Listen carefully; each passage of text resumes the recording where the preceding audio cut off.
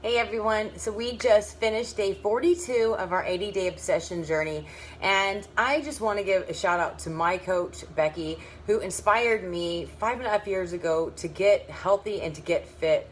I had never met anybody or knew anybody who was fit, and she gave me the belief and the hope that I could do it. And she has set an example for me for 5.5 years, and I'm still on this journey because of her. So many people start something and they never finish anything, and I was one of those people. And whenever I watched her from afar, I saw nothing but consistency, and like follows like. And me looking up to her when it came to the health and fitness has been a huge blessing because she stayed consistent. Oops, my phone started ringing. Sorry. She has gone days now with no power and partial power in South Florida, and she has stayed on her game with our workouts, doing it using a timer with her kids, doing it off of worksheets. She stayed on point eating her food, and it's just insane that she has done that because so many people use, I don't know, sillier things to quit, and she has kept going. And so that has been a huge driving force. And the other day a friend and I were talking, and it was like, well, what sets me apart from being a coach? And I believe that it's the fact that I have staying power, that I'm going to be here no matter what, because my coach she's set that in stone. And her success has been because she shows up when she doesn't want to. She shows up when it's hard. And that her and I come from completely different backgrounds, but we have one thing in common, is no matter how hard we get hit, we get back up and we keep doing it. And we may not be creative in the artsy way or what people would think of when you hear the word creative, but we're creative in meaning where there's a will, there's a way. And that is something that we talked about today. She sent me a picture, her whole family sleeping in the living room. She is making do with what she has, and she's still getting it done because this is important. And I'm so glad that I picked her out of everybody to be my coach, because I know that has a big part of why I'm still here. I was thinking about today about, why people don't adopt this lifestyle like we have. And then I think back about who I was, and really it's something I talked about yesterday when I went live, is our brain is so powerful that once we have assumed an identity of who we are, it's really hard to go against that, because we feel like we're losing our identity, losing who we are, and it feels a little awkward. And a lot of times too, the identity or the beliefs that we have are shaped from very young age. And so what is funny is that I was thinking about why I hated fitness. I used to say that I repelled fitness, I was allergic to fitness, that I was lazy, and then I really think back that growing up, we weren't active, and the only time I was forced to be active was when it was to do yard work. And I mean, I'm talking about log splitting. I grew up in Northern California, gardening, all this stuff that I never got to be a kid. And my only solace was reading. I would read and read and read and read. I guess it gave me an escape, something to focus on, an imaginary world. I don't know why I turned to reading, but I was a really excellent reader. I loved to read.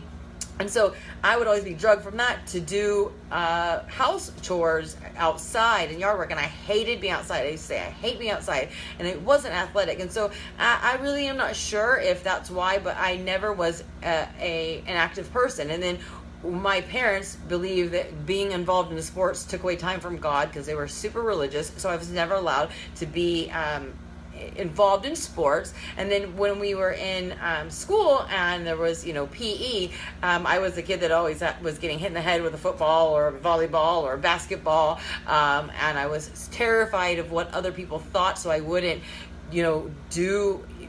try anything, because there was always people who were better, and it just seemed at the time safer to do nothing. And I think about something that Emily came home and told me about yesterday. She's been doing really well in Spanish class, and she'd been practicing her alphabet in Spanish. I had no clue. I never took Spanish, but apparently it's different. So she'd been practicing it, and apparently she went through the alphabet. It was like an oral test, and when she got to the letter U, she couldn't remember what it was. So her teacher was kind and said, "Well, you can come back at the end, and you can, redo it." So once she got through everything, she said, "Well, Emily, what's the Spanish pronunciation for the letter U?" And she said, she was like, "Oh my God, I thought I had the answer right."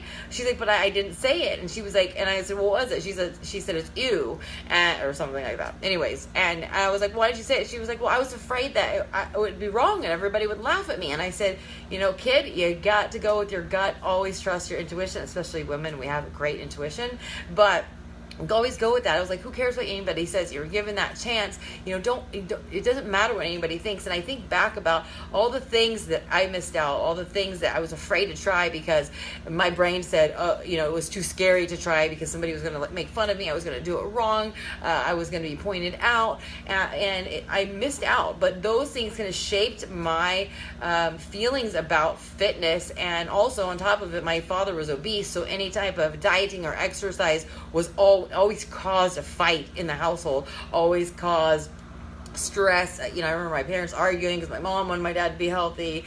We have some of the same issues in our house, and I think a lot of women do. Is the woman wants the man to be super healthy to live forever, and my dad would sneak out and go to Denny's, and then he would not like the diets, and and I just remember that it wasn't a pleasurable experience. And so I feel that sometimes if you would take a step back and look at why you view something the way you do, and really go back to where you had that belief, and ask yourself, like, I have adopted health and fitness, and the experience that we have in our household is not the same experience that I grew up with. And my kids are athletic because I'm into fitness. I'm still not athletic, but they're trying new things. Emily plays basketball, wants to play volleyball. The Rebel's very active. And so the thing is, don't let your past and things that happened in your childhood and the household you lived in dictate what you do now, because that was like decades ago. That was under the control of other people who had life experiences that shaped them.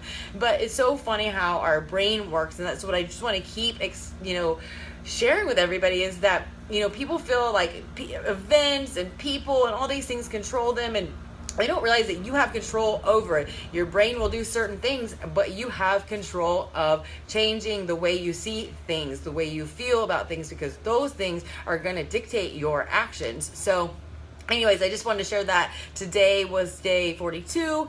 We have 38 more workouts left.